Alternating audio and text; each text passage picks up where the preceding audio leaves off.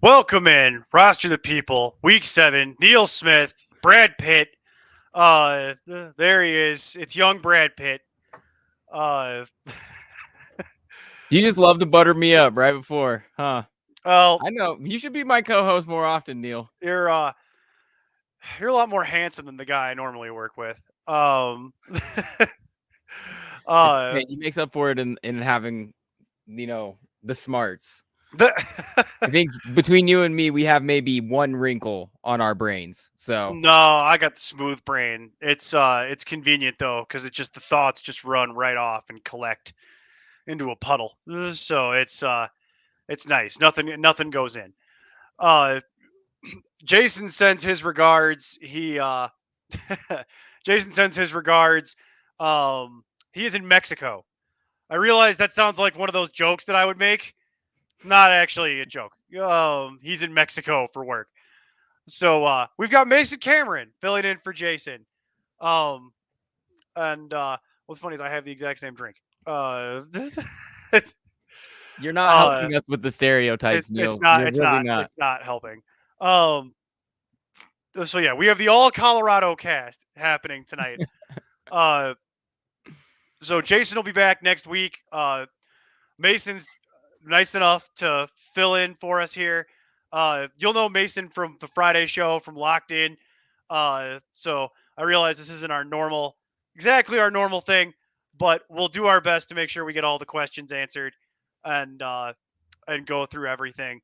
So a little bit of a different feel for this, but don't hesitate. Put your start sit questions, put everything in the chat. We'll get everything answered. And then Jason will be back tomorrow. And then Sunday, obviously, we'll be around to do the final countdown. And Mason is still going to be doing his show with Vishal on Friday. So he'll be there to answer all your betting questions and go through the lines and everything. As an aside, if you have betting questions or anything like that, post those as well, because we'll do extra betting stuff tonight. Oh yeah. So what's up, Polo? So yeah, so don't go anywhere. Don't everyone immediately leave. We're here. But yeah, it's good to see everybody. And also sorry for the little bit of a delayed start. We'll blame our late start on Jason and not on what really happened in the background. so nobody worry. We're still here. We're gonna be here for the rest of the hour plus. We were abducted. I was abducted by aliens. Exactly. I mean, there was an earthquake. Colorado earthquake, famous. There was. I could do the whole thing from planes, trains, and automobiles, but it's going to take too long. So no, we're here, and I think the first thing we need to do is just point out that. Hey, what's up, Glitchy? I think the first thing we need to do is just point out that we did it at the end of this week. We're officially halfway through the fantasy season. I know that sounds insane, and you start wondering, like, how is that even possible? But I assure you that is factually correct. Other thing to point out is that this week, obviously, there are some buys. The Bears are on bye. There's a couple teams you wish were on bye. Saints probably wish they were on bye, considering that their whole team is hurt. The Broncos, to a certain extent, probably wish they were on bye, considering they already ruled out Patrick Surtain for tomorrow. So that game that is going to happen tomorrow is going to be very interesting. Broncos Saints. I don't know how we're actually going to play that game. The poor Saints are holding a clinic out there, a free clinic with how many injuries they've got out there. Offensive line, no receivers, Alvin Kamara a little banged up, no Derek Carr again. They're just beat the hell up. And I mean, as much as you are, also concerned with having no Pat Surtain, it's like I'm not sure who they're supposed to give the ball to out there. I mean, they're going to have all sorts of guys that the average household have never heard of catching the rock. So it's Well, going to be an considering interesting one for it's sure. going to be Spencer Rattler playing quarterback, which sounds like a fake name. I still maintain that's not a real name. But it's projected to just be Alvin Kamara day. And if I was the Broncos, I would have to imagine that the game plan coming into that is, all right, you can beat me however, but it ain't going to be with Alvin Kamara. That being said, if you have Alvin Kamara, it's kind of a must-start situation because I have to imagine on the Saints side, it's just going to give the ball to Alvin Kamara 40 times. I Right?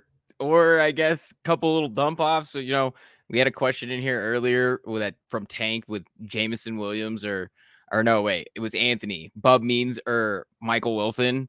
And I mean, I'm not sure who else they're going to throw the ball to for the Saints. So, Jason was talking about that as one of the bets that he's looking at for this week too. And I mean, I like the idea of that. You also got Jawan Johnson, who's probably going to catch a few little dump offs. They like to do their little boots. They put Spencer Rattler into quite a few boots last week. So that's going to be what they try to do. Get him on the move, get him away from the really patchwork offensive line that they have out there right now. Lucas Patrick hurt again. I think Cesar Ruiz is already ruled out. That was one of their strong suits to start the year. That's why they were so good offensively, is because their offensive line, especially in the interior, was just balls to the wall. They were really, really strong. And now they're just banged up. There's not a whole lot left. Lucas Patrick's questionable. I mean, he might play, but he's still dealing with an injury after being out last week. So I'm just even running the ball, even with Alvin Kamara, I'm just not sure that there's going to be much offense to be had. Yeah, that's my concern about Kamara. Is not a question of their desire to give him the ball. It's just, if I'm the Broncos, I would be keen on him on every play. You would face 8 men in the box. If I was calling the play, if I was calling the defense for the Broncos, I would just have 8 men in the box on every play. And it's just like, all right, well, you could beat me if you want, trying to throw dump offs, I guess. But in reality, it's going to be tough. Basically, long story short, Noah Olave already ruled out with a concussion. Rashid Shaheed might be done for the year. He's going to have surgery to have his meniscus repaired. You don't like that. Backup quarterback, backup O-line, as Mason just went through. The only healthy starter on the Saints side really is Alvin Kamara. And then the rest of it is just all backups. It's going to get ugly. And then on the Broncos side, yeah, they're missing their best player, which is Pat Surtain. But outside of that, it's going to be business as usual for them. But bottom line, that they game pressure really well. Yeah, I mean, the Broncos defense pressures really well. They have through the last 3 weeks, I'm pretty sure they have the most pressures in the entire league, like 95 or something like that. They really do push it. Guys like Zach Allen, who aren't exactly household names, are really in line for a decent day, especially pass rushing. When you talk about the Broncos offense too, the Saints D is not very good on the ground. This has been an issue. I mean, we hear it all the time because we live here in Denver, but the fact that that Bo Nix has been running the ball about as well as any back on the team has been a talking point literally week after week here in Denver. And this might be one of those weeks that it's like, hey, Javonte might be having, some carries. He might have some success in this one just because of how tough it is to go other directions against that defense. And that's how I would think I would go. It seems like a longer shot, but that's actually what I'm targeting in bets this week too. Right. Is like him to perform over expectation, which might not be a ton. You might not get a ton of production, but that's going to be something that you're going to want to keep an eye on for sure. Right. And so basically, just to put a bow on it, my recommendation for that game for fantasy purposes, I'm avoiding all Saints and really all Broncos. Thursday night game, short week for both teams. For fantasy purposes, I don't love it. Mason, I completely agree on the betting side of it. Make your money, boo-boo. But no, I'm not interested from a fantasy perspective in really anything on either team. I would try to avoid this whole nightmare. The total's like 37 points. Right. The book is telling you to stay away from it. Just avoid this entire game. And then we have some other fantasy nuggets, but this is a good way to kind of segue into that. So, uh, Anthony Richardson, Ayuk, and Jacoby Myers for Jordan Love, Olave, and Cooper. I'm assuming Amari Cooper. Uh, I love the side of it you got, Glitchy. That's a deal I would take because at this point, you've effectively parlayed Anthony Richardson, which to this point is nothing. It's nothing from a fantasy perspective. He hasn't done anything all year, so it's basically been a liability. You take a downgrade to go from Ayuk to Olave, which is not great, but it's a big upgrade on the Love side, and the other side of it is, uh, I love the. It's also an upgrade. You make up for it on the upgrade from Jacoby Myers to Amari Cooper. So Amari Cooper, for those of you who maybe didn't see it today, no longer on the Browns. Big victory for everyone rostering Amari Cooper. Uh, so that is fantastic. So Amari Cooper winds up with the Bills in Buffalo. Uh, boy, talk about an upgrade. You go from having Deshaun Watson to which has been just a huge liability at every level to now playing with Josh Allen, and Allen gets a real wide receiver one, which that's kind of been lacking this season. Just not having a real alpha wide receiver. It's going to take, I would say, probably about 2 weeks for him to get acclimated. He's not going to know the playbook. You know what I mean? No, but he's definitely the type of guy that I think they are going to try to expedite and maybe even simplify their game plan so that they can get him on the field as much as they can. And when you have a guy like Josh Allen, he extends plays at some point, the scramble drill kicks in. And if, you're a veteran wide receiver like Amari Cooper, you could be an asset in plays like that. I would definitely think they could try to get into some stuff like that. A lot of boot actions where, hey, you're the guy on the backside. You really only have one route, one responsibility through these boots. We're going to take you on a deep cross. I think that's something that he could definitely excel in.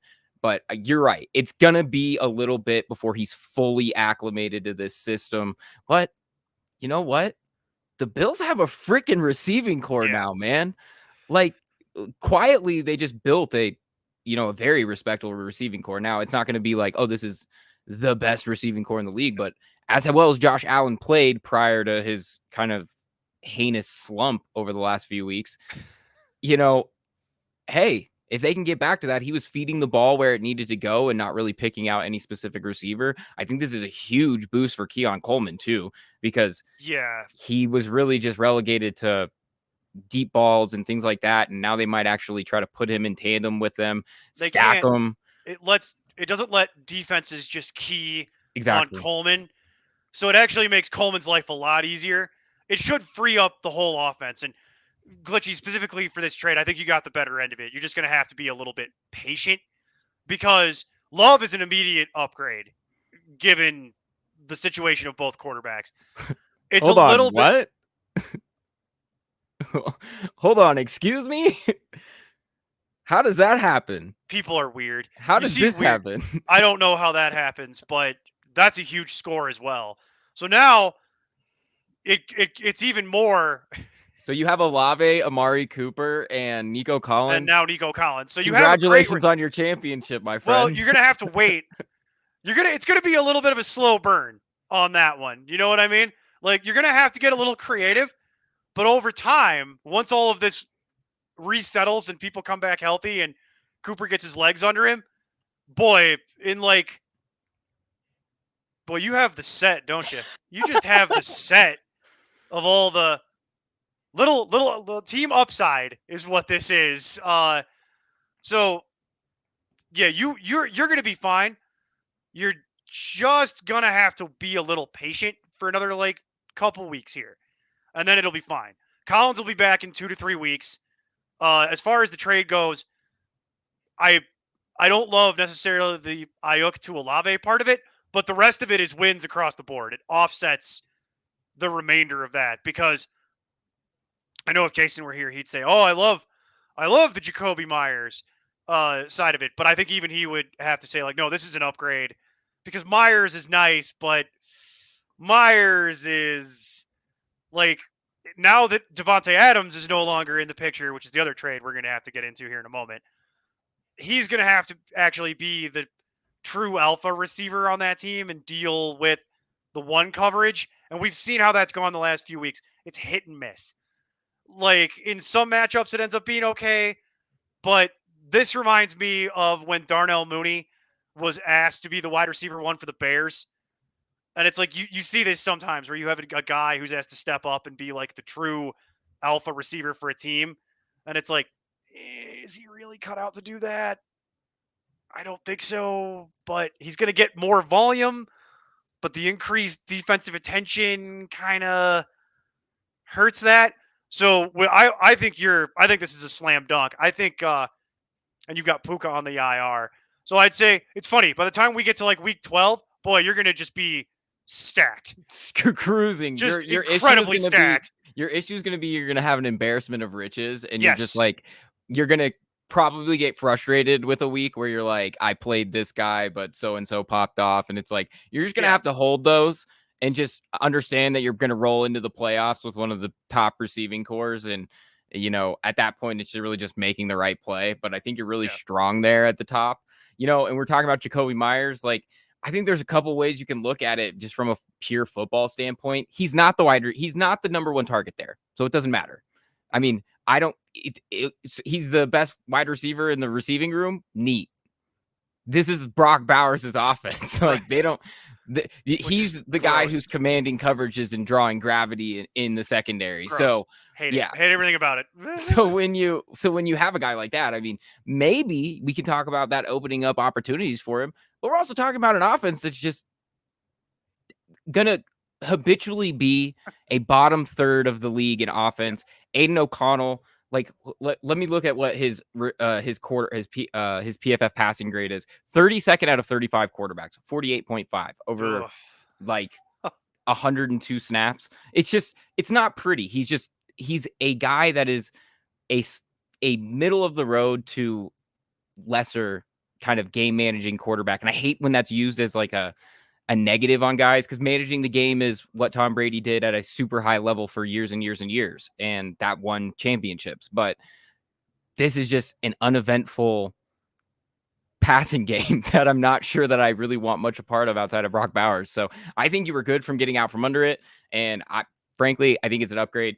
The Ayuk thing is, I think, also a big consistency thing. Like, wow, yeah, they're one of the best offenses in the league. I don't know that I would trust it all the time, frankly. No, I wouldn't either. And that they're gonna, when all of them are healthy, they've already proved to you they're gonna spread it around.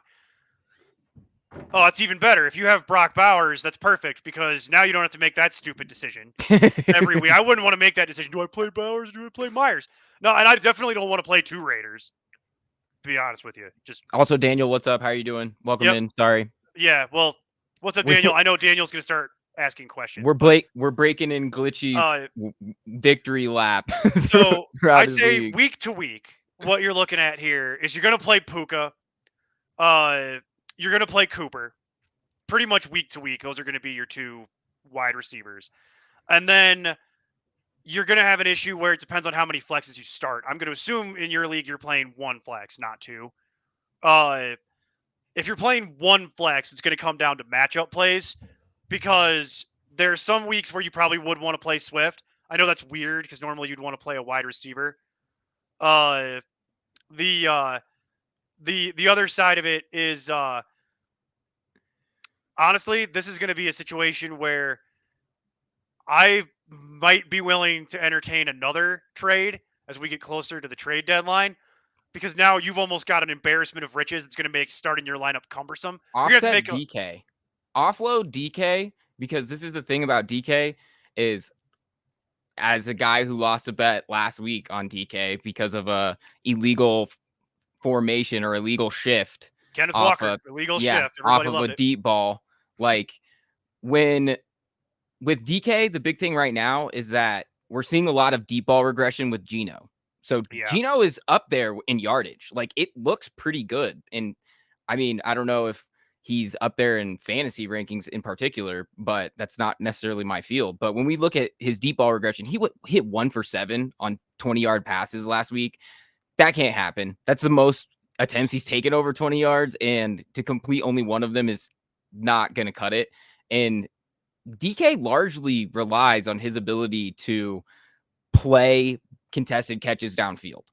And if we're not seeing consistency in ball location with what Geno's being able to put out down the field, I don't know that you want to bank on DK for a long time, but you might be able to get something for him. I don't know exactly what your running back room looks like, but he's got Swift, and he's clearly, if he's flexing Swift, I have to imagine it's decent. Pretty. If Swift is a flex on your team, I have to imagine your running backs are pretty good.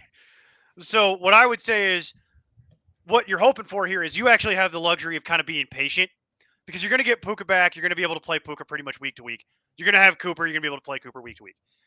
At that point, yeah, you can look at packaging DK with something or Olave with something. If you're playing 2 flexes, then you're still in a good spot, because you can play Swift and DK and then start looking at Olave. The other thing about Olave is this. This would give you the opportunity to wait for Olave to come back, wait for Carr to get out there. Hopefully they get that ship righted, and then ship Olave off. Or if you don't want to wait, you could do what Mason's suggesting. Wait for that big DK game and try to ship it and see what we could get in terms of an upgrade. Because the dream here would be to get into an every week flex, like get into like the top 5 at wide receiver if we could, like an AJ Brown or a Jamar Chase, something like that. So I'd be looking at like who are the 1 and 5 teams and what do they have, because they're going to be desperate. You know what I mean? And you're in a position where you could actually offload 2 decent startable pieces for them into one really useful piece for you. That's the kind of thing I would be looking at doing. So he's got Gibbs, Breece Hall, Swift, Chase Brown, and Braylon Allen. I mean, it's pretty solid here. Honestly, I probably would want to hold on to Breece Hall, because we talked about this last week, and I was correct about that. The idea that you don't fire everybody and change play callers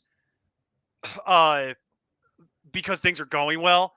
And it seems like the subtext of that deal was, or that all those moves was, you are going to force feed the ball to my stars. That's what Woody Johnson, I have to imagine, is telling these people.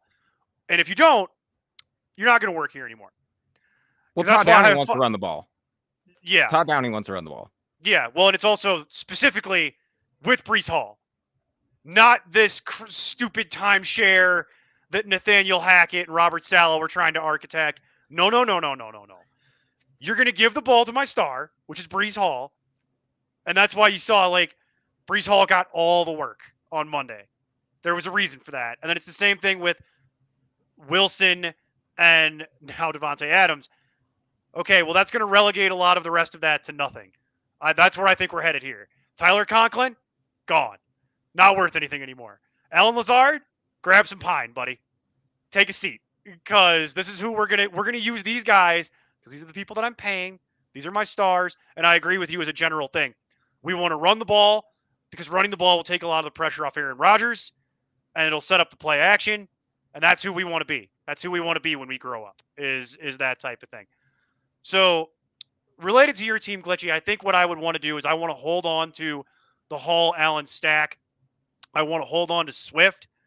And then Gibbs is the interesting one to me, because David Montgomery is punching so far above his weight class that I could see why Gibbs would be frustrating at this point. But I probably wouldn't offload Gibbs, because unless you can get somebody to give you based on name recognition, you're probably stuck with that. Plus, also, I like having 4 solid running backs. So the one running back on the team that I'm looking at that I think is expendable is Chase Brown. So it's like, I think Chase Brown is worth something, but he might be worth more to someone else in your league than you. He's going to have that job soon, though, Neil. That's going to be his job very soon. Like, I mean, if not already, like he's very quickly put into positions that you see from key backs. I get So that. I'm just saying, based on my options of what's on the team, the odd man out, if I'm looking at architecting a trade, becomes Chase Brown. He becomes the odd man out for me if I'm looking at trying to evaluate this.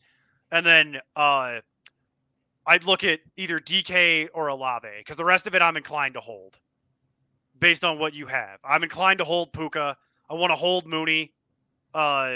Mooney doesn't really have a lot of value on the trade market.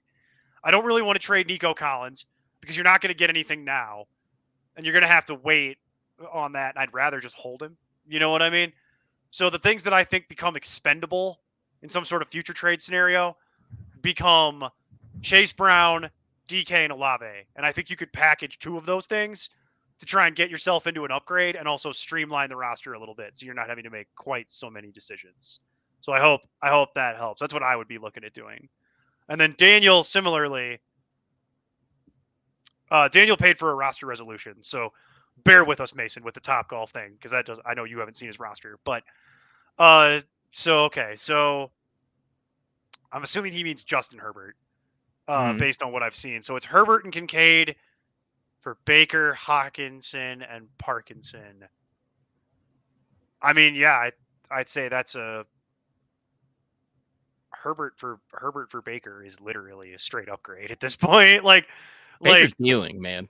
Yeah, Liam Cohen has that offense pushing. They're running the ball now too, which is just opening up Baker for opportunities. A whole other frustrating conversation that we're going to get into at some point. I'm sure we are, and I'm sure that's for a guy like me who's just been giddy to see them fully functional on offense and Baker dealing and turning and running down blocks downfield. I'm in my living room screaming at the TV for a team that I don't even watch that often. Yeah, no one. And that on the other side of the country, it literally, yes. So yeah. I'm over here like Baker's dealing. Got to be my favorite quarterback of the league this year. I don't know exactly how he's pushing out in a fantasy standpoint. He's doing fine for fantasy. It's better. Love watching it's better than Herbert.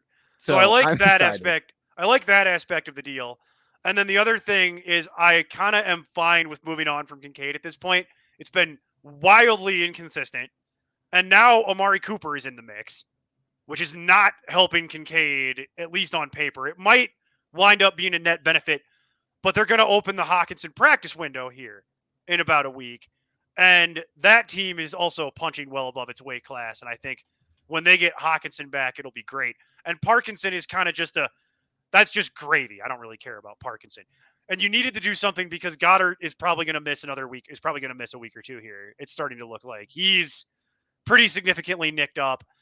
And then you can't really play Dak at the moment. Something is very wrong with that, which is something I actually wanted to talk to you about from a real football perspective, because I'm sure you have thoughts on what's going on with.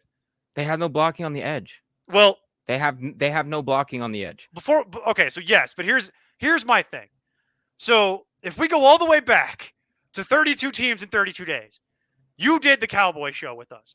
And I remember we talked about the concerns I brought up around their inability to run the ball was my concern, where it's like, look, they've struggled in that department for a couple of years. And if you go on a long enough timeline, by the way, just to put a final thought on this, Daniel, I think you got the better end of this because you can't do anything with Goddard. You can't do anything with Dak. So you're just stuck with that. So you upgraded where you could. And I think overall, this is a benefit for your team. But if we go back to 32 teams in 32 days, we talked about this on that show where I brought up the idea that they've struggled to run the ball for the last few years. And if you go back on a long enough timeline, the way that this used to work was Zeke was the straw that stirred the drink. It enabled Dak to do all that passing stuff. And then over time, it shifted to where Dak really kind of asserted himself in that offense. And then you brought up that last year, they had kind of moved into the next generation of football where running the ball just doesn't even matter anymore. And then now what I'm watching is it's a classic football thing to me, which is you can't run the ball at all, no matter who you have. And it's made you very one-dimensional. And now I feel like you've gotten predictable. And that's my fantasy-minded brain watching this, where I'm like, it just looks like you've become one-dimensional and predictable. and teams have kind of figured you out, and they know you can't run the damn ball. So they're going to drop extra men in coverage and then get creative with certain blitz packages. And that's what I feel like I'm watching. And Dak can't adjust. So that's why I wanted to ask you, what do you like? How do you evaluate it? Like, and is it fixable? Is obviously what the fantasy community cares about. Can you fix it? Well, I'll be honest with you. I do have to eat some crow because I thought that they were going to be able to maintain what they were able to do as a passing offense, but blocking, like I said, has completely broken down. On the edges, they're not very good. Tyler Guyton has been below subpar for pretty much his entirety time out there. They're just a net negative on the edge, and it continues to harass them. I'm looking at their pressure numbers last week because even with Hawkinson breaking his leg, they still allowed 24 pressures, 65% pass rush win rate. They're just giving up pressure at a huge rate. And it's not looking good because there's quite a few very good edge rushers and ways to scheme up pressure on the edges when your tackles just aren't cutting it. So that's going to be something that they're going to need to look at. Let me see. Overall last week, 32.9 PFF pass blocking grade. That's horrendous. Terrence Steele, 36. He allowed 5 pressures. Oh, that's like college football bad. Zach Martin had a 0. 7 pressures, a sack on 38 snaps. They pay Zach Martin how much money to put up a 0? So yeah. So right now it's looking as bad as it's ever looked. And we can talk about the running game. The running game is definitely an issue. And I think that that also comes to some sort of question of what's happening with Mike McCarthy. And, everybody got a pretty good laugh out of Jerry Jones. I think it was last week or earlier in the week saying, we're saving Zeke. Like, that was last week. Saving Zeke for what, brother? Like, yeah. This is not looking good right now. And I don't think going no playoff game. I don't think that Zeke is going to be the one that's going to put that into there. And it's making the entire offense really condensed. We talk ad nauseum about Mike McCarthy as a play caller, and he shows some flashes. He likes some things, but at this point, it's become a little bit stale, and especially when you can't block anything, like the entire system just starts to break down. Dak, an excellent quarterback. He's getting beat up out there, making bad decisions because he is not getting a lot of time. And when you hold on to the ball, even just a split second too long, he's just throwing into bad coverages. And when you don't have more outlets to throw to, because right now it feels like CeeDee Lamb's the only thing they can throw to, you're just SOL. It's just a tough look. You have a lot of things to overcome to do that. Now, I know they let me see. Who did they bench? Did they bench Guyton? They benched Guyton, right? Who did they bench Guyton for? I think they benched Guyton. That's what I saw. Asim Richards, maybe? I'm not sure off the top of my head. But anyway, they need to find production somewhere on the offensive line, and it starts on the edges. So once they figure that out, they might be able to have some semblance of an offense. But right now, you're in a holding pattern with pretty much all of your Cowboys. So. Yeah, but I was going to say, outside at this point, CeeDee Lamb is the only thing that's startable. The rest of it is kind of all relegated to nothing. Maybe I could see playing Jalen Tolbert in fantasy as a bye week fill-in, but Zeke is droppable at this point. Go ahead and just free up that roster spot for yourself. You don't need that anymore. Zeke's not going to get – Superman's not coming back. Like, that's over. And even – by the way, I've seen a lot of it on those carries that they are giving him, the limited ones he is getting. I'm sorry, but he doesn't have that burst he used to have. Like, he just can't find that extra gear and get and accelerate through the hole. He just can't. So he's getting contacted basically like at or before the line of scrimmage, and he's just not that guy anymore. And it sucks because, like, Father Time is undefeated. You know what I mean? But it's just one of those things where I just don't see how you fix that particular problem, especially when Dowdle actually doesn't look nearly as slow coming out of his breaks, and it's just all of it looks bad. So you got to still play CeeDee Lamb. He's at least still getting you something, but the rest of it, outside of maybe a Jalen Tolbert flex bye week fill-in type of thing, I'm out on the rest, and that sucks for given what the expectations were for that team. So, Daniel, so let's see here. Hubbard and Addison for McLaurin and Braylon. I saw this roster. I think that's excellent. You upgraded. We talked about this in the roster resolution we did for you. Upgrading from Addison to McLaurin is huge. Hubbard has a limited shelf life, and you don't really need it. Whereas getting Braylon Allen to couple with Breece Hall really makes sense down the stretch. You might as well get your handcuff now, because if God forbid something happens, you want to be prepared now. You don't want to have to pay through the nose at the trade deadline or fail to do anything, and then he gets hurt, and then you're just SOL for the playoffs. So you don't love that. All right. We're going to do a couple quick questions here. So pick 3 in PPR. JSN, Pittman, Wandale, Juju, and Judy. Okay. So, and then it goes into another question. Let's see here. So it is going to be Juju, Wandale, and then it gets interesting. Pittman, if he's playing, and then if he's not, I'm going to go with JSN. The thing with Pittman is if you're afraid of Pittman, it's not that far of a fall to play JSN. So if you're afraid of Pittman, Daniel, look, I can understand being gun shy around Pittman at this point, considering the only reason that it bailed you out last week was that he high pointed that football and caught that touchdown. Because he was well on his way to getting to 2 in PPR, which is not great until he high pointed that football and caught that touchdown. So JSN's going to be more involved, and he's certainly healthier. The other thing that's scary about Pittman is that it's going to be the return of Anthony Richardson this week, and that has not gone well.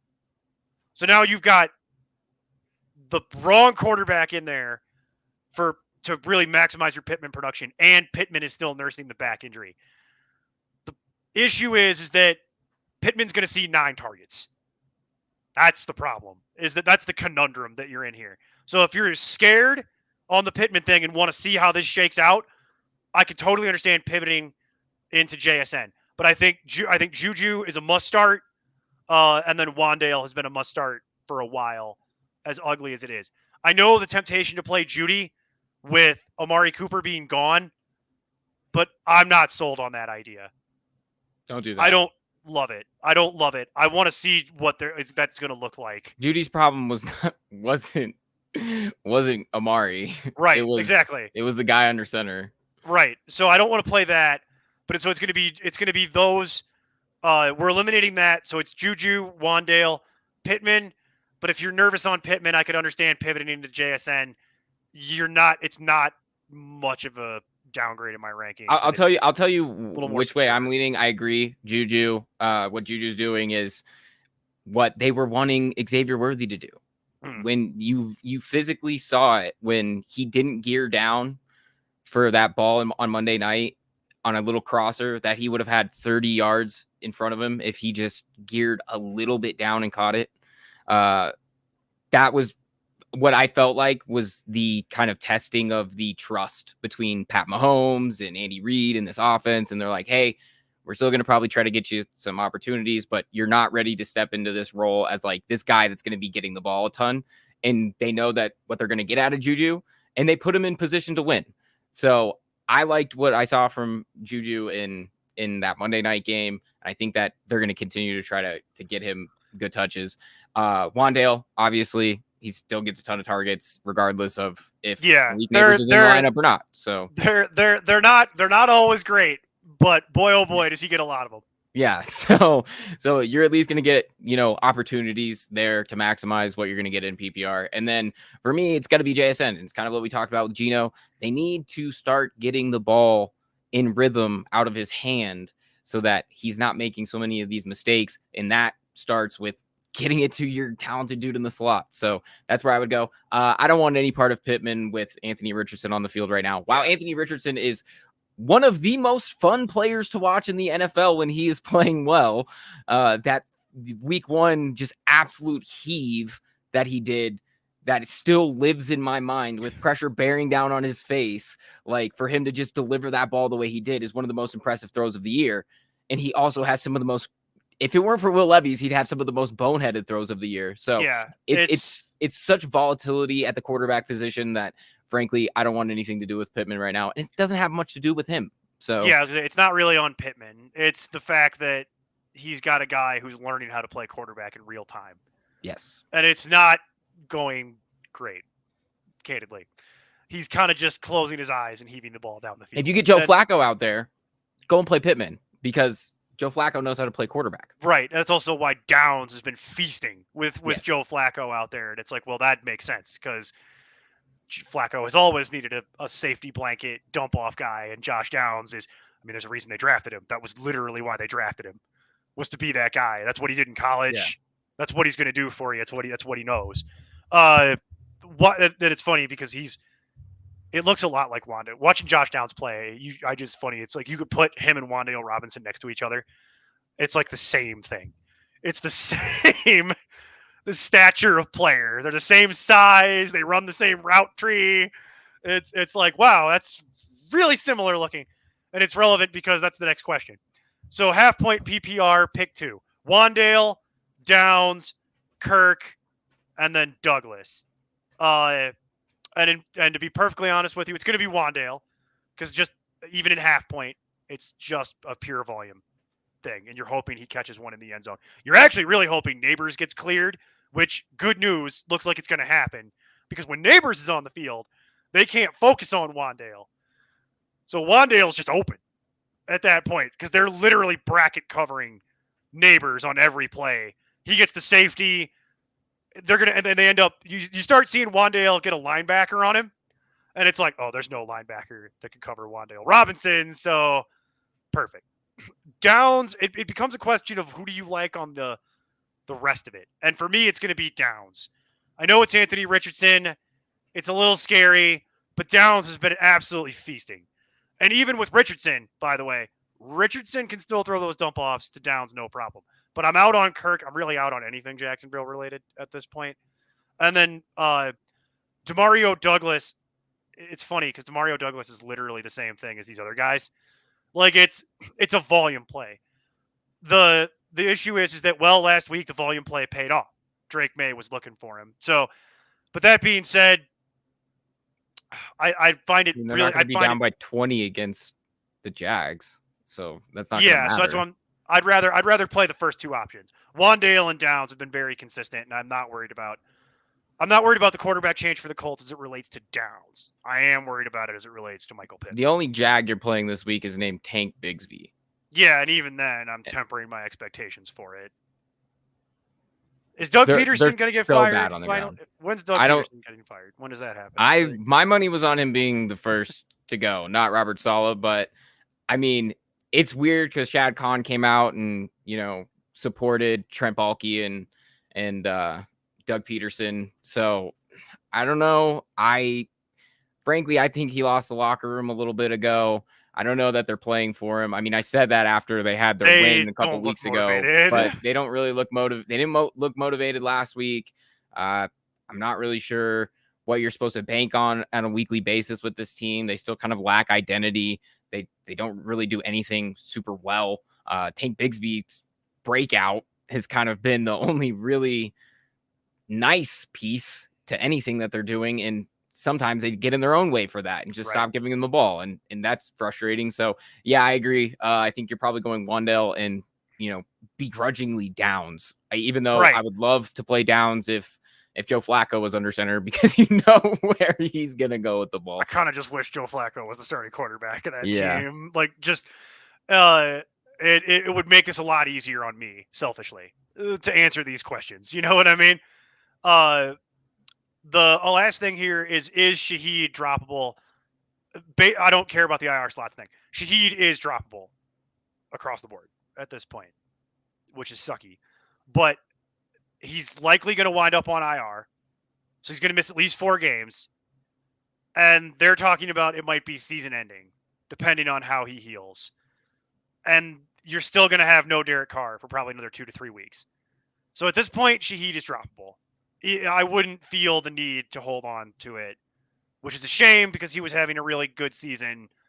But that's just the way the cookie crumbles sometimes. So Piggybacking off the Bigsby talk. Yeah. I would say no for me. No for me as well, because to be honest with you, there's other. So what you want, if you're looking at running back stashes, we could do running back stashes real quick. Kamani Vidal is right near the top of the list. He's available in like 99% of leagues at this point, because this was something we talked about in the preseason. I know no one wants any Chargers, but Kamani Vidal is going to get his as we go through. So if you're looking at like things I want to hold on to for running back stashes for fantasy down the stretch, Gus Edwards got sent to IR and wasn't doing anything anyway. And given J.K. Dobbins' injury history, I am not sold, as they say, on Dobbins for the remainder of the season. The other thing that I think would be, there's other things that I would rather have too before we got to D'Ernest Johnson that are available. Bucky Irving or Sean Tucker, because as we kind of touched on a little bit ago, the Buccaneers running back room is going to be a nightmare moving forward. It's going to be a three-headed monster. They're already talking about it openly. That now Rachaad White's going to be the lead back, but all three of them are going to play now. And boy, oh boy, Rachaad White is getting Wally pipped here. He's been really, it's kind of his own fault. He's been clearly beat up after the workload that he had to endure last year. So he's kind of like favoring something, clearly. Like, I know he's got a groin injury. They gave him a week off to try and get healthy. The problem is the young guys are fresh and ready to roll. So you've got Sean Taylor and Bucky Irving now that are both looking more explosive than Rachaad White. So now all three of them are going to play. I would rather have any one of those three over D'Ernest. And and then the other one that I think is being not looked at correctly is Ray Davis, because he showed it to you the other day. When like James Cook doesn't play, Ray Davis leads the team in rushing and receiving, and it's like, oh god, okay, that opened my eyes to the idea that. Well, the Jets have been pretty bad with backs. Like they're pretty bad in EPA per I run. I understand like that. So. But I don't need him to lead the team in rushing and receiving to matter for fantasy. And James Cook, fun story about James Cook. He's all beat up. He's going to start playing again. There's also some police officers that apparently would like to have a word with James Cook about a $900 bar bill that he ran up and left without paying.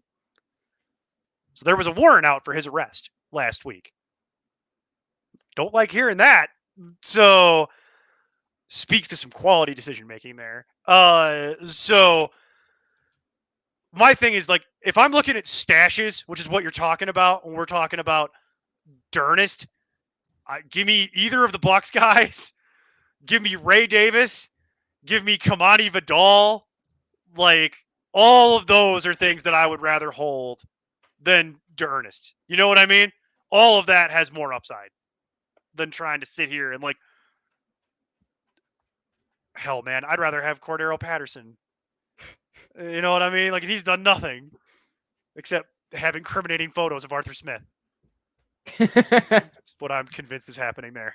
So yeah, those are all stashes I'd rather have than try and figure out D'Ernest. And yes, Sean Tucker is not going to have 18.6 yards per carry again. That's not going to happen. But they keep talking about it. He's earned more playing time, and that's like, oh god, this is. You're damn right. He's earned more playing time. He had 6 carries of 10 or more yards. I know last week. 6. It's insane. It's insane, and it's just gonna make figuring that out on a week to week basis really almost impossible. It's gonna be very frustrating. But then again, I'd rather have either one of those three guys with on the Bucs over D'Ernest, just because any given Sunday one of them will hit. Whereas D'Ernest, it's like, okay, maybe theoretically he could do something on a bad team, but not super interested in holding any Jacksonville pieces except for Brian Thomas. That I'm good with. Outside of that, a lot of teams like that this year. More than normal. Normally you'll have like one or two teams that are just like dead teams for fantasy, where it's like, well, you got that one thing, and then this year there's like 5. And it's like it's just the way this year is working. This year is pretty brutal, just Yeah, like last year. it's been tough. Injuries are part of it, and then you just had some insane swings in terms of production. Teams that Yeah, were good in the first 2 weeks are no longer good. Teams that are suddenly figuring out things like how to run the ball, like the Buccaneers. yeah. No, it's been quite the NFL has been psychotic this year, where Yeah. it's like the Saints are like look like the best team in football for 4 weeks, and then nope, everybody got hurt. And it's like, oh crap. So it's been that type of situation. All right, so pick one, Laporta or Kraft. That's a good one. I have to check my rankings for that one.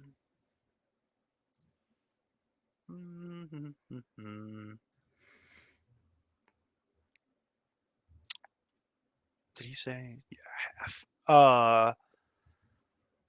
All right. I have Laporta 2 spots higher.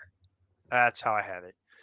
So I'm gonna roll Laporta out there, and the reason for that was because, oh yeah, Kraft is nicked up, and they're playing Houston. And weirdly enough, to the extent that this matters, Houston's actually been really good against opposing tight ends. I don't know why, but that's what the numbers bear out, is that Houston has been tough on opposing tight ends. That's just the way that it's been.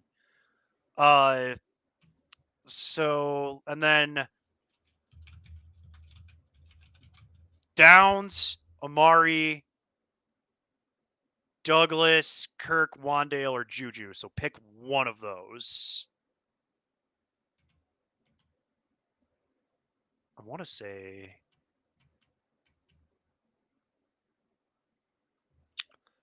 Juju, to be honest.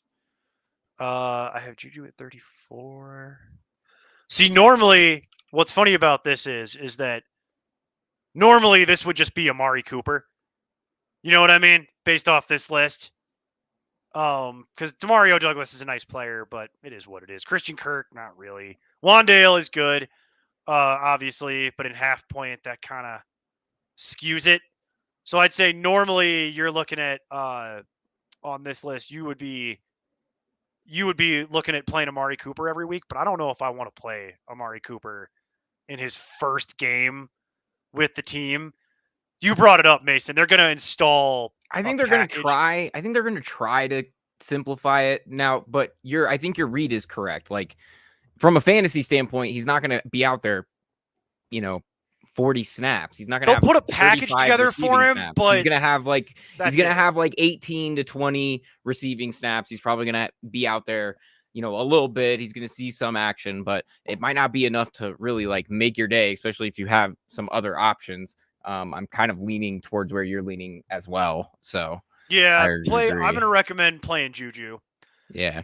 It's just he was good. He's been good. They're saying all the right things. And I think that that's something that you can kind of count on until he probably gets hurt at some point, just given how this year has gone. So enjoy it while you can. And then I'm going to play Hurts against the Giants.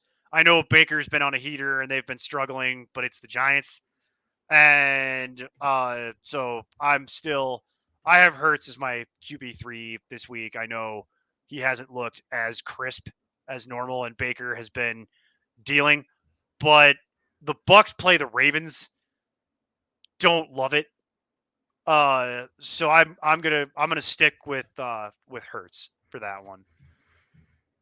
And unless you want to recommend playing Baker in fantasy over her, I don't know about that. Man, I don't know. The tough thing is like in a fantasy standpoint right now, just from a pure football standpoint, Jalen Hurts is just too many turnover worthy plays, man. Yes, there's a lot of that going on. It's tough to like bank on that. I mean, granted, you like having AJ Brown back and right, the matchup, and the matchup's really good. It's one of those things. Division game where they own the crap out of the Giants historically. So, you might I'd probably plug my nose and do it too. I like Baker, I think, better in a sense. I think he's going to do a little bit better than it is being strung up that, hey, this is Baltimore.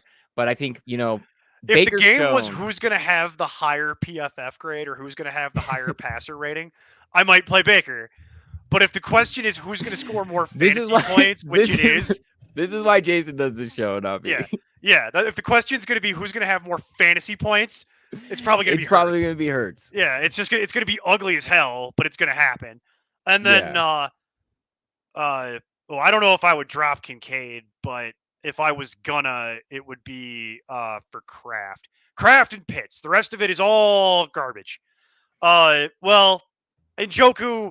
See, the problem with Njoku right now is that he's been beat up all year, and he's been beat up all year, and the guy who's killing Njoku besides his knee is the guy under center. Yeah. Same guy that's killing them all. So I don't really want to deal with that. Otten is too hit and miss. It's too up and down. And same thing with Schultz. Schultz goes right back to having zero value the minute Nico Collins walks back on that field. So I'm not interested in any of that. So you're looking at Pitts or Kraft. In a vacuum, I prefer Kraft. The Packers are throwing the ball all over the yard at the moment. That's just what they're doing. And Pitts is still kind of up and down. Like, yeah, he had 15 fantasy points 2 weeks ago. They're trying to get him more involved. It's okay. But that offense is still doing this. Whereas Kraft, as long as he's healthy, has proven to you that he's going to go out and get points. So if I was going to do it, it would be for Kraft. The question would be, would I do it? That's a little bit of a different thing. Oh, it's 8-team. Oh, yeah, it's a little different. Yeah, go ahead. In an 8-team, it doesn't matter anymore. You can literally just stream tight end because there'll be that many options available. There you go, Mason. Thanks, Daniel. Appreciate it. Yeah. Yeah, a lot of bad decisions I made with my money in my 20s. There they are. So here's what we'll do, because we're running a little short on time. So normally we do this a little differently, but I'm gonna expedite it because it'll be faster to do it this way. So here's what we're gonna do. We're gonna do start sits of the week, and Jason wrote these in. So just so we're clear, normally we would go through this formally, but I'm gonna do this quickly so that we can talk about something else.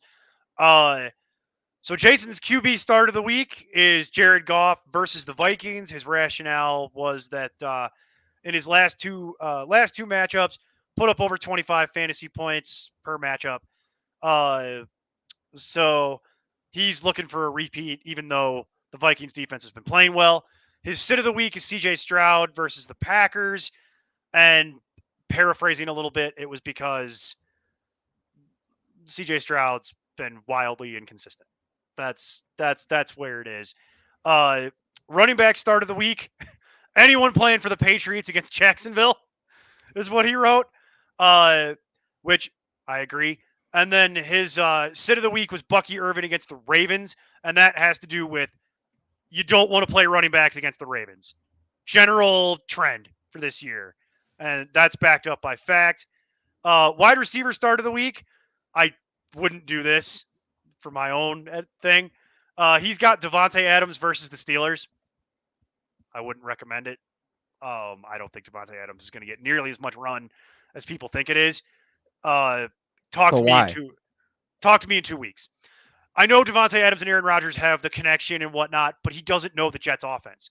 So it's a similar. They don't need the. Yeah, yes, he doesn't need. No, he does. He doesn't need the Jets offense is checked through Rodgers. So like he's checking everything at the line into something that he wants. They're gonna have nomenclature in place. They're gonna have keywords. They're gonna have all their hot routes in. Like, there's no combination of words that either you or Jason is going to say to me that would convince me to play Devontae Adams the first week in a Jets uniform. I want to wait a week and see how it goes. It doesn't take a lot to be like, he's playing with the best back shoulder thrower in the NFL. It does not take a Kinda lot sad. when you're a guy like Davante Adams, who is perhaps the best back shoulder catcher in the Right. NFL, to just be like, hey, I'm going to hit you on, we've got this route tree. When you hear XYZ, you're hitting, the deep dig. And then every other time, just look for you to go deep and look for a back shoulder ball. Well, Like, he's going to be the bailout on every single play. Jason's rationale was if they get to the red zone, they're going to look for Davante Adams Sure. on some play. And that's Jason's rationale. He's going to throw 3 fades in a row, the most unsuccessful play in NFL I history, hate the that fade. so much. And God, he's I going to hate throw him that so 3 in a much. row, and he's going to catch one of them. Yeah, and his sit of the week is Romeo Dobbs. So normally we go through that formally, but we're running a little short on time, and Jason's not here, so we didn't have to. I wasn't going to ask Mason to prepare that on no notice.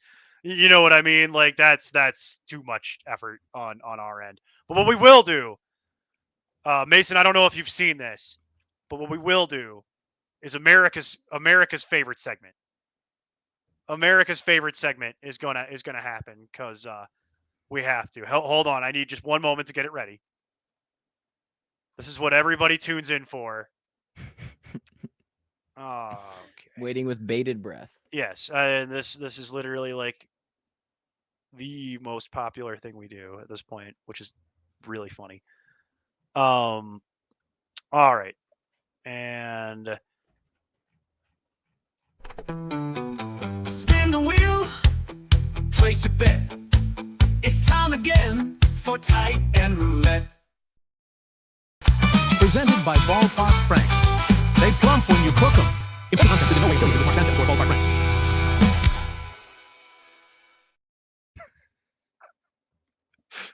that's right.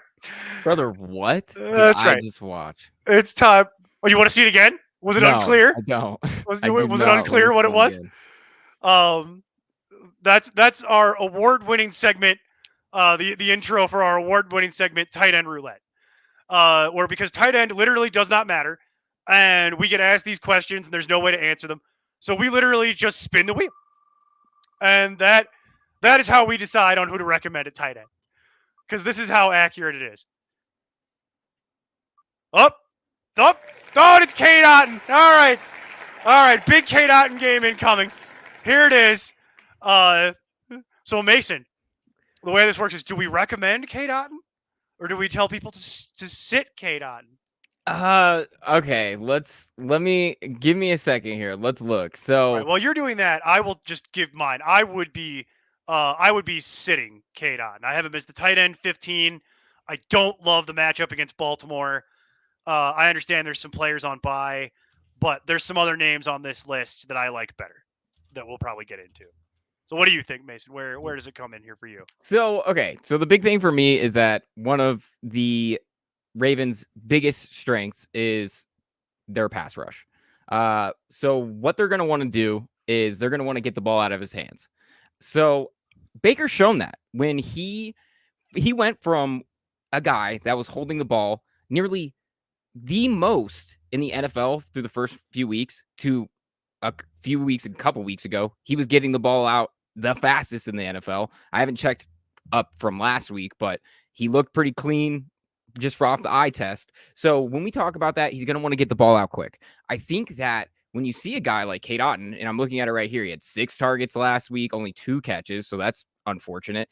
4 the week before that, 8, 7. So he's getting some looks. I would actually say that might be a play for you. The coverage play in Baltimore is a little bit hit or miss. It just depends on what they're feeling for that day. They really do just hang their hat on the pass rush for that production because coverage on the back end is just a little bit spotty. So I think it's not the worst play on this list. Like, I was terrified there for a second. We might land on Jonnu Smith or something. Oh, you think I'm done spinning? Oh, no. Oh, no. Oh, no. We'll do a couple. Here. No, I want to talk about Juwan Johnson. Damn it. That's not what the wheel decided. The wheel decided we're going to talk about Isaiah Likely. In the other side of this matchup, I will say, I'll make this quick. I'm not interested in Isaiah Likely this week. I think the rumors of Mark Andrews' death have been greatly exaggerated, which is why I've been telling people don't panic sell Mark Andrews, because a lot of people wanted to do that. Some people were just cutting him. And I'm like, look, we're not even at the halfway point of the fantasy season yet. That's an overreaction. Don't rage quit it. And guess what? After being putrid to start the season, his usage percentage has been slowly getting back up. He got back up into the 60s in terms of usage last week and caught a touchdown. So this is why I was saying don't panic sell Mark Andrews. Don't drop him. Like, don't do any of that because you might look foolish later. And as we know, there can be only one. One of those two guys will hit, and I think the wind is blowing back in Mark Andrews' favor. So with that, I'm not going to recommend Isaiah Likely this week. We're like 2 weeks removed from the Charlie Kolar game. Like, I know. you know, I don't know that I necessarily am completely like going to say, hey, Mark Andrews is going to be back, and you know, I don't know about back, and, but I'm saying what I was Isaiah saying is he's relegated. I don't necessarily know that I'm headed that way, but one reason that I will say I'm probably not leaning so much towards Isaiah Likely is because of what the wide receivers are doing. I mean, Zay Flowers looked like one of the best. He's just very spotty, you know, hit or miss, but he looked like one of the best wide receivers in the game last week. He is one of the best wide receivers in the game. They just can't consistently figure out how to get him the ball. And the other thing is, you know, we've made the jokes about Rashad Bateman, but bro, his separation numbers are starting to look really, really, really good. He's up there separating with some of the best in the league. He's open a lot, like all the other of problem the time. is you have a team with Lamar and Derrick Henry. So you're just going to have some weeks where they just run the ball. Yeah. And nobody's going to do nothing in the passing game because they just ran it down your throat and they didn't even need to throw it that week. Yeah. And good luck figuring out when that's going to happen. Yeah, exactly. Baltimore keeps playing the way they're going. I mean, and they can actually not get all hurt for a change. God, they're scary. That's a scary team. They're loaded. Let's see if we can hit Juwan Johnson for you. Let's see if we can do it. Nope. Oh God. Oh, gross. Oh. I'm not interested. I feel like you did this just to spite me. I didn't do anything. I don't have any control over it. Take it up with wheelofnames.com. Not a sponsor, just a service that we're using. I'm not interested in Colby Parkinson. They draw Vegas, which is a pretty good draw, actually. But good luck trying to figure out who's consistently going to get the ball for this Rams team. It's not going to be consistent. Sure, could he theoretically fall into the end zone at some point and get you a 10 and you'd feel real smart about yourself? Sure, maybe. But there are other names on this list that I like a lot more.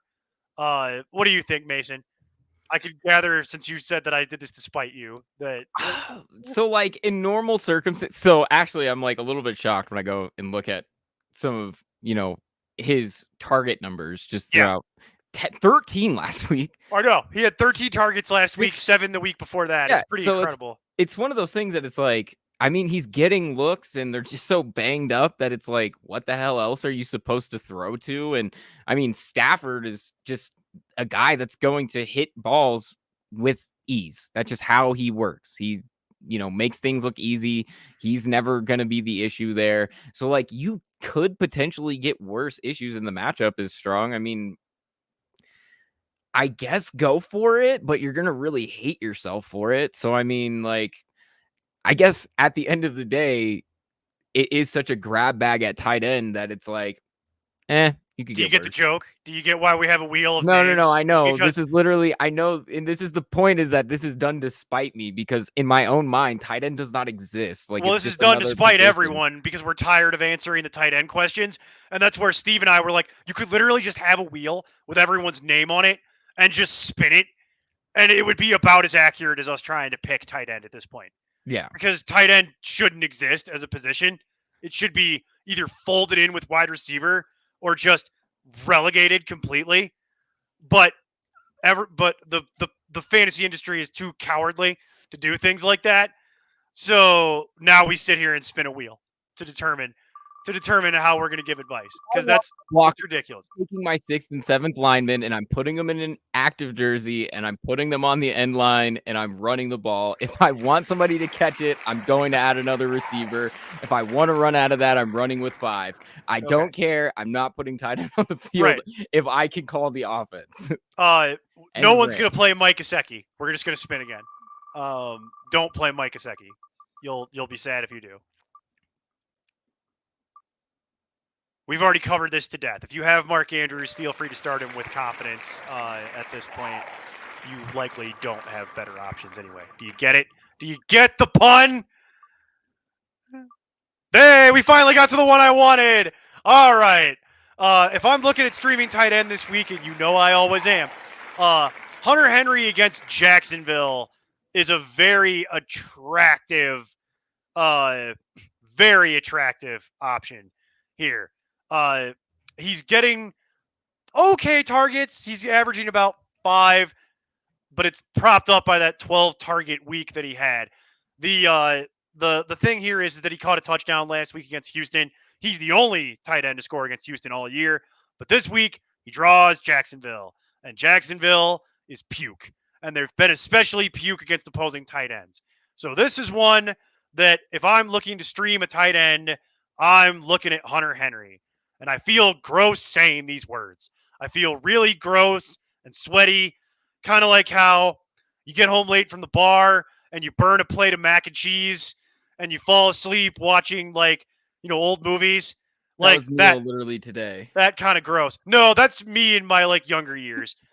Now I'm just old and I fall asleep at random places like all old people do. As an aside, do you ever wonder how when you were younger, you would put on a movie with your dad at some point when you were a kid and your dad would just fall asleep immediately? And it's I've become that guy. I know that man. He's me. That's where we are. I'm now that age. And I now understand how that happens. Because when I was younger, I could never understand, how do you just fall asleep in the first 10 minutes of the movie? And it's as an adult who works way too many hours now, I completely understand. That movie starts and I'm just I'm out. I'm out immediately. Yeah, I'm just done. But no, I like Hunter Henry quite a bit. Let's see if I can spin it. We're running it. Let's see if we can spin it for Jawan, for Mason. Nope. We're not gonna get. We're not gonna get the tight end that I want to talk about. Nope. And no one. And so by I'm the just way, gonna talk about it anyway. You can just stop spinning it, Neil. Wait, you guys. Wait. No. I quit. I freaking quit. All right, I'm done. I'm done playing that game. I freaking quit. All right, I'm done playing that game. Go ahead, Mason. Do the show properly. I like Juwan Johnson. I think that he's a decent play this week because who the hell else they're gonna throw the ball to? We kind of talked about this with Bob Means with they just don't have anybody to throw the ball to. They're gonna get him on some boots, him being Spencer Rattler, and I think that's kind of where they've got to go because their protection is so spotty. I think he's in for a good day. It's actually one of my targets for the Thursday game for betting. So plug. If you guys want to check out the betting stuff, definitely join the Discord. You guys have been doing well again this year. You guys usually do well. But... Well, we had a really spotty, kind of middle there. We started to kind of get a stride and then things went off the rails and I lost a bunch of money on the Saints and, but it's okay because we're getting locked into some teams. I've been following around the Bucks a little bit. I like what I keep seeing out of the Bucks, so they're a team I keep targeting. But if you guys want some more betting insights, hit us up in the Discord. We've been, trading bets. Jason's in there putting in some banger bets, so you're going to want to check that out. And then hit us up on Friday. I'm locked in 8 p.m. Eastern. That's where we go over our cards for the week and me and Vishal just break down what we're thinking from a betting standpoint. And it's been a lot of fun, so come check it out. Always a lot of fun watching the two of you break down the bets, which is kind of my weakness. I'm not good at that kind of thing. So it's very helpful. And you guys usually do. Obviously, they're not all going to be winners, but on the whole, I've followed you guys for the last few years, and it's no, they always end up making money by the end of the year. There's obviously going to be some variance in it as you go, but we're both. Vishal and I are both. I don't know if Vishal has been putting his picks into betting pros, but we're both charted, recorded what's the word I'm looking for? I don't know. We're recorded in Betting Pros, so you can Oh check out yeah. some They're of our part of the Betting picks. Pros Right. ECR, the Betting Yeah, Pros essentially. expert consensus. Yeah, So no, you can that's check out our bets there, and our win percentages on the year and things like that. So yeah. I remember that one year you were like 85% against the spread. yeah, we've I had a remember couple of that. really, really good years. I know that myself and Vishal have been in the top 5 to 10 in a lot of categories over there across the years. So it's been a lot of fun. So yeah, we definitely like working with the people over there. And well, I mean, as much as we do work with them, I guess, but Right. it's been cool. So Well, we work with them in the sense that we're an affiliate and we're part of their exactly. thing, and they give us access to their pro Yeah, they tools don't and actually things like that. ask me anything. I No, just no. give them my bets and we call it a day. I could tell you I have had conversations with them where they do occasionally ask us to do something for them, but it's not consistent. It's like sometimes they get to ask us to do something for them, and but pretty rare. And that has the relationship has changed ever since tags passed. So there's that element to it because the leadership is different over there than what it used to be. So that's kind of a long story, and it's not exactly a happy story. So it's a little heavy for this show, but that's part of it. Things always change, you know what I mean? Like if I've learned anything, it's the one thing that's consistent is change. Because man, I've been doing this for so long, Mason, that I'm a dinosaur. Like I remember when ESPN fantasy was like the number one new hotness thing, and like people were like, "Oh my god, are they actually going to be able to knock off Yahoo and get people to switch from Yahoo?" And it turns out, yes, they were. Yeah, they very easily were able to do that. And then now it's like ESPN does fantasy, like kinda, like it's like yeah, the world be different, yo. Especially like with the way betting works now, where it's like I was thinking about this the other day, where it's like, man, fantasy used to be like when I was a lad, fantasy was like played by nerds in a basement, like stats nerds that liked Dungeons and Dragons and what would watch football that basically play because you didn't even have a computer. Like the way you had to play fantasy was in the paper. Okay, children, there was this thing called a newspaper that used to come to your house, and you used to have to go and get it, and you would get the sports section, and you would get the box scores, and then you would manually tabulate your players' totals, and then you would mail that and to the commissioner, who would make the master thing and put that up on some horrible website that was like HTML based, and it was a nightmare. And then Yahoo came along, and people were like, "Oh my god, look at this. We can actually do it on the computer." And then in 2005, ESPN launched a real website, and then that's been so long ago now that like none of that matters anymore.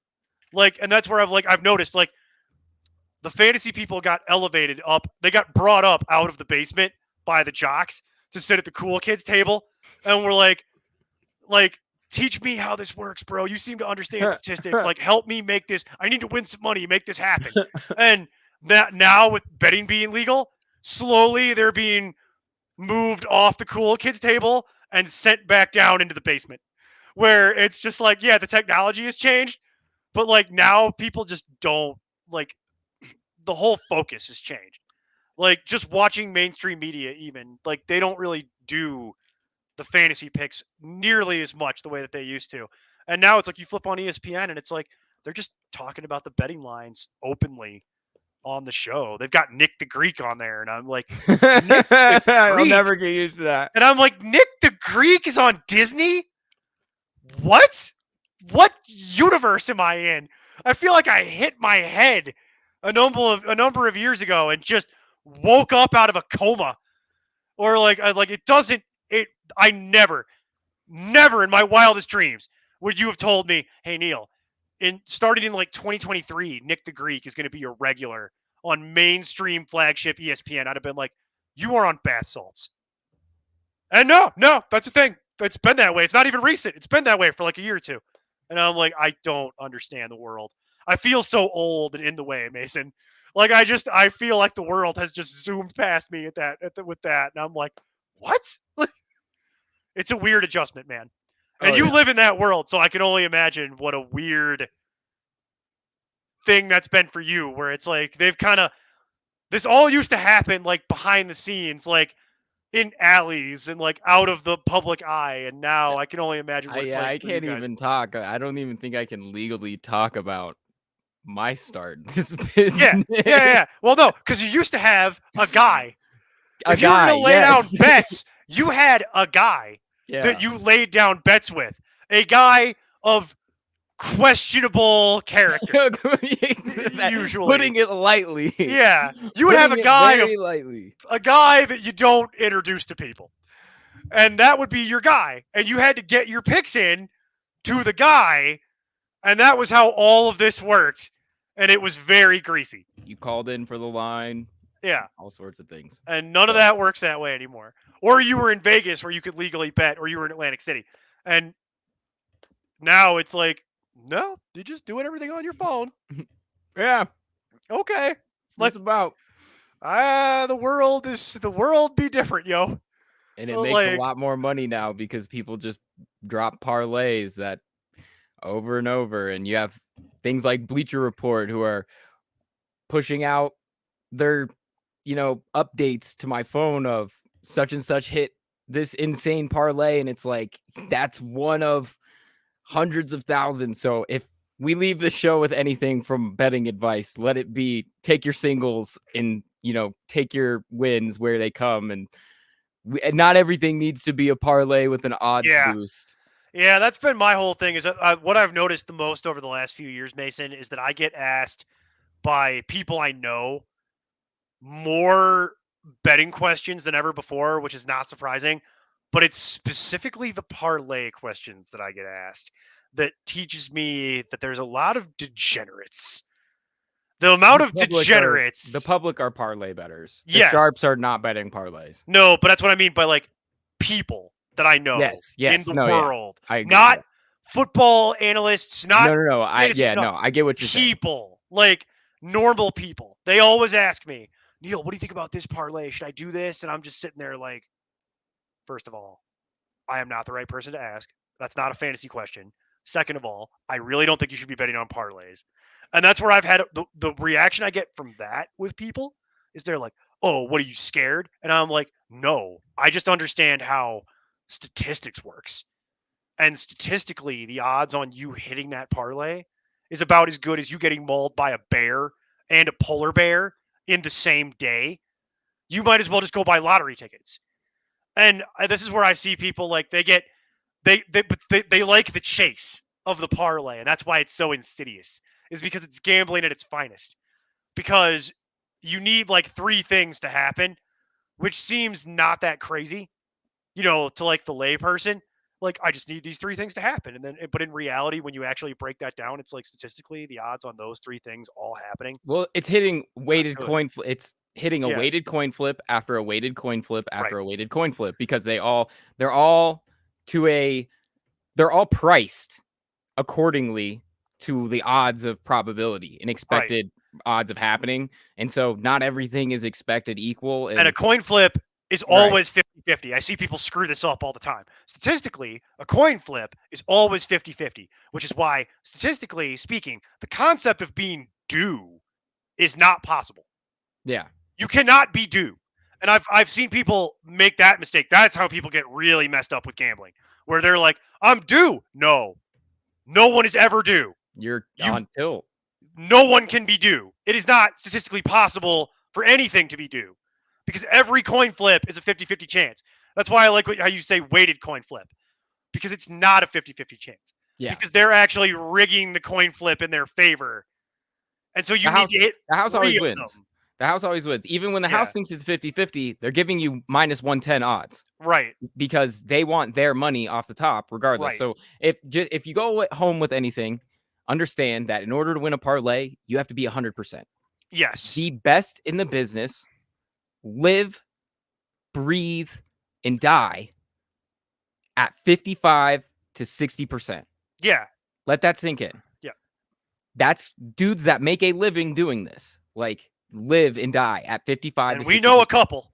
Yeah. We know a few people. so do not collectively that do this do not professionally. think that you're going to be the guy that makes a living off of hitting your $10 parlay for your 12. Think about this.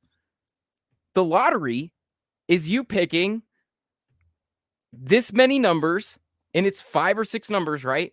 So Yeah, what makes you think your depending. 12 leg touchdown parlay that's going to turn $5 into 250 grand? Right. What makes you think that's going to happen? And the house loves when somebody actually does hit that one time, Because they because then they advertise can it. talk about it forever Yeah. and get other people, because they know that people will be like, well, that guy did it. It can happen to me too. And it's like, Do you want to hear? theoretically, Do you it want to hear could. something hilarious? A few weeks ago, uh, DraftKings, I think it was DraftKings. I'm not exactly sure. One of the books might have been Caesars.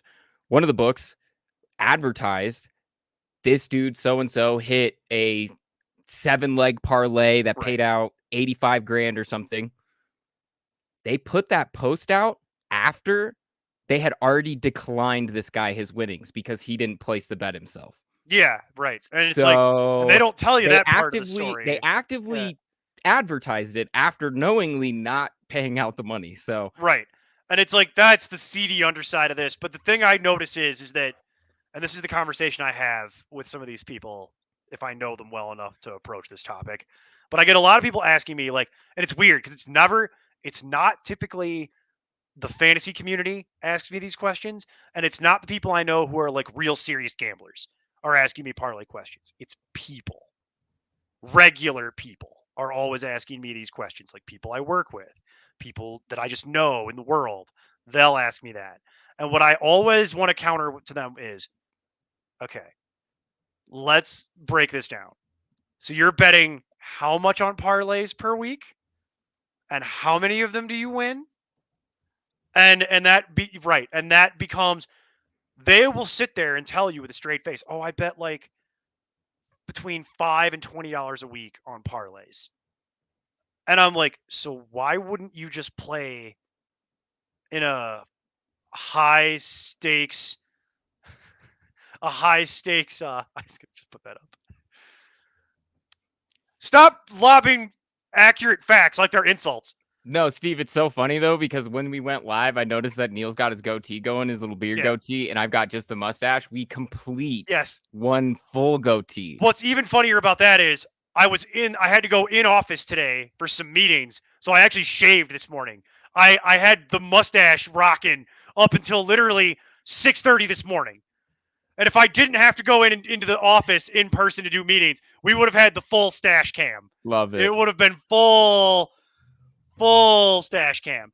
But the thing that I notice is you get people asking me, and then what I try to explain to them is, listen, so you're gonna bet between $5 and $20 a week on these parlays, and it's like, how many do you actually win? And they're like, oh, I win a couple. And when I hear people say that, you haven't won shit. And it's also, it's like, why wouldn't you just take that same money and put it in like a high stakes fantasy football league where your odds are actually significantly better on winning because you're not trying to deal with these weighted coin flips. You have a lot more agency in terms of how you could win actual money. And your odds, you might not have the ceiling, but your floor is so much more attractive. And they're like, oh no, I don't want to do that. That's too much work. And that's where I'm like, see, they've got you. They've got you right here. They've tricked you into instant gratification, put bet on phone. Oop, I lose. Oh well, next week we'll get them. And it's like, that's not the right way to think about some of this. I run into that with a lot of people. And then the amount of people that I also talk to that also are like, my wife can never know how much I spend on parlays. And that's also like a huge thing to me where it's like, bro, that's like a huge red flag. Like where it's like, how much are we actually spending on parlays? If we're to the point where we're concerned that if the wife found out about it, we might wind up in marriage counseling and or divorce court. Like, how much are we actually talking about spending on parlays? And so, yeah, that's what I wanted to talk to you about, Mason, is like, because I know you don't recommend parlays. Hit your singles, because you have your odds on winning your singles is so much higher. Parlays are fun. If you want to set a parlay, go have at it. But if you expect to win, you're an idiot. And that's all you have to tell to somebody. If you want really actionable betting advice on a weekly basis that does not have to come from you watching a hour-long podcast or whatever, go look up what the 5 most bet teams by the public are that week and bet against all 5 of them. Yeah, that's actually probably.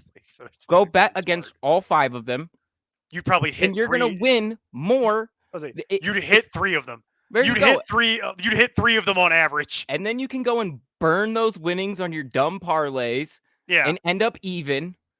And then your wife doesn't have to know because you haven't won shit and you haven't Right. lost anything. and you've had all the So- fun of gambling. Exactly. yeah. So there you go. You're welcome. The parlay thing scares me just because of the volume of questions I get about it in my real life. And it's like, these are people that I knew that used to play fantasy that don't anymore, a lot of them. And they're like, no, I like doing this more now. And I'm like, yeah, I can tell. Like you got your phone in your hand. You're all like, hey baby, you got any more than the unlikely scenarios? Like, no, man, you got to break that. Like, that's killing you.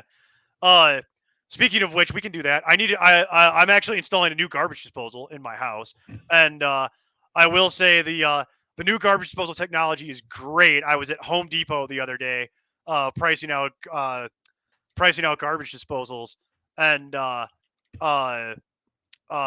man, the technology on that has come such a long way. Now it's just one bracket, and take the old one off and put it on. Wouldn't recommend that you go with Whirlpool. They got a lot of negative customer reviews. Would highly recommend taking a look at either KitchenAid or GE. So there you go. If you're looking for home improvement tips, I got a couple for you. We will cover all the bases here. We'll talk about gambling. We'll talk about a little bit of fantasy. We'll talk about that kind of thing. So, Mason, is there anything else you want to cover here tonight, or should we let everybody just kind of go enjoy their evening? Because we kind of covered the majority of it. Yeah, covered we're the- a little bit late. So we'll let Yeah, we everybody go covered- enjoy their evening. We covered the real NFL trades that I wanted to cover. Amari Cooper and Adams. We answered everybody's questions.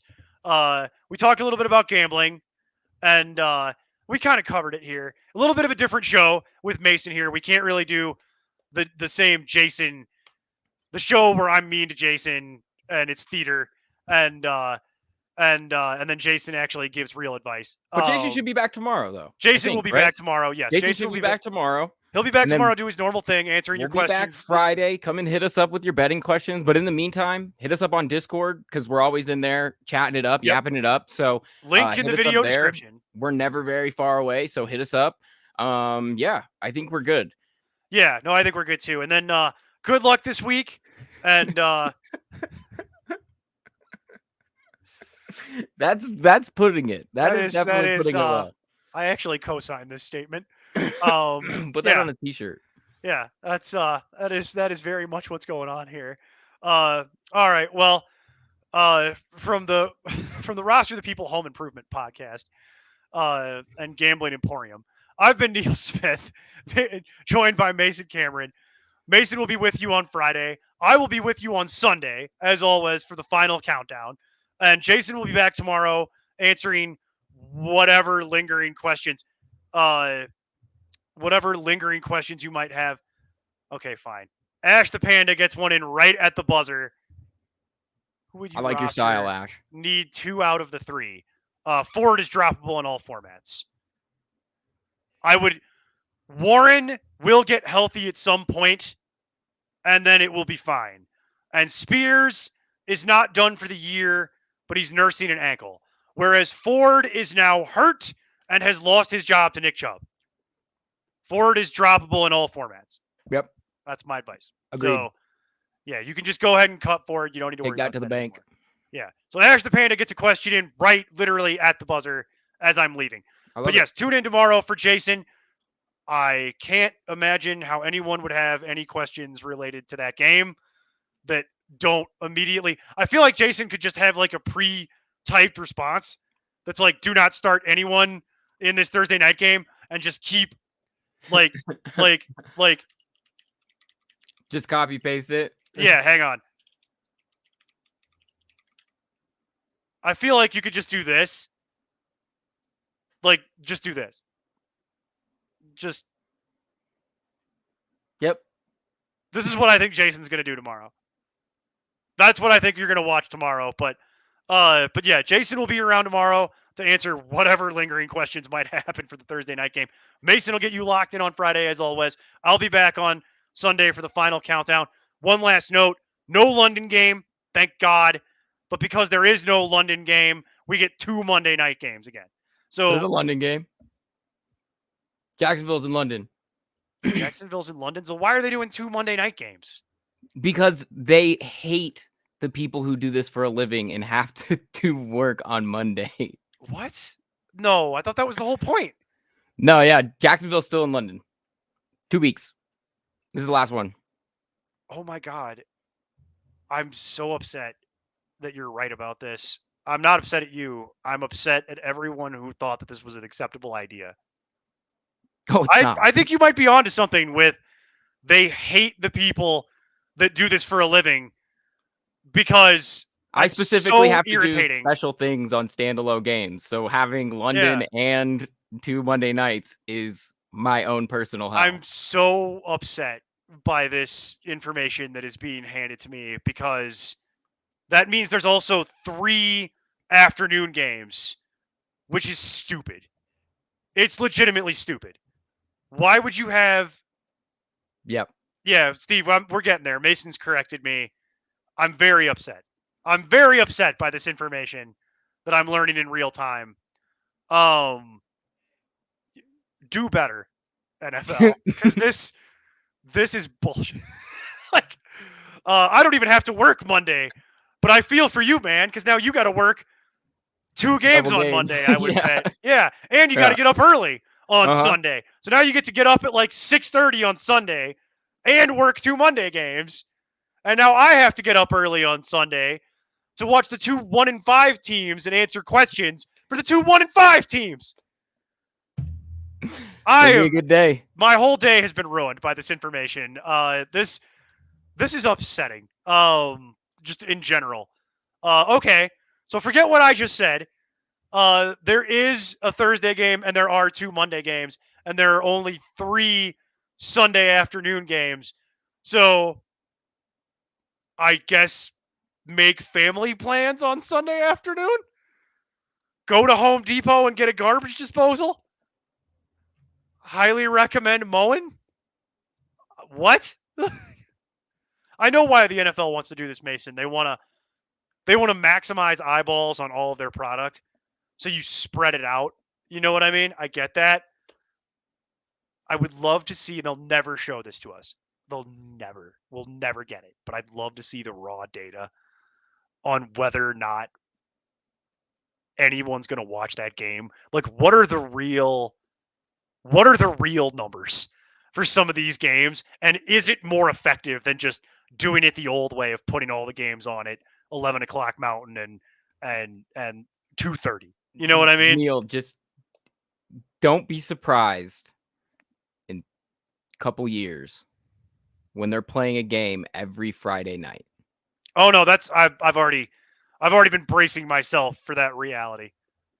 And that will not make me a happy camper. And if I'm not going to be a happy camper, I imagine you're going to be a very angry camper. Because it's like, well, I guess I just don't get a day off then. Yep. No. Yeah, like that's and I agree with you. I think they've been trying to work that out for a long time. The only thing they can't do is put it on Saturday. Well, like technically right now they can't put it on Friday nights because of high school football around the Right. country. It's a law, Right. and that's what made them go to Brazil on a Friday and play in Brazil. Right. Okay. Well, that and I know they are eventually trying they'll to. start, they have more money than they know what to do with. They'll lobby to get that changed, and we'll be playing football on Friday. Yeah, I could see that in a couple of years once they can finally figure out the lawyer situation and money situation to make that happen. I could see that. Yeah. Because, yeah, it does feel like a missed opportunity because, high school football is reasonably popular. You know what I mean? I don't want to disparage it. People watch it. But that's really kind of market dependent. Yeah. Like, They're it's not watching high popular. school football where we live. but Right. they're And definitely they're not watching doing high that in school football Colorado. elsewhere. Yeah, but in Texas they are. Yeah. In Illinois, Texas. that used to be reasonably popular, but not like Texas, Yeah. where it's like a religion. Yeah. And it's like other places like that, but it was reasonably popular in Illinois where I grew up. But Yeah, I could see, Mason, what you're saying being a reality within the next couple of years, where it's like, no, we'll do a Friday night game, and then we'll have the Sunday morning game in Europe, a regular weekly thing. Yep. And then we'll have the morning slate and then the afternoon slate and then 2 Monday night games because they really seem to want to make that a thing. And I'm just gonna, between me and you, no, they don't care about my opinion. I absolutely hate the 2 Monday night games. I don't like it. That's my honest feedback. I don't like it. But again, they don't care about my opinion. ESPN I like having pays for both of them. They can do what they want with them, I guess. I don't know.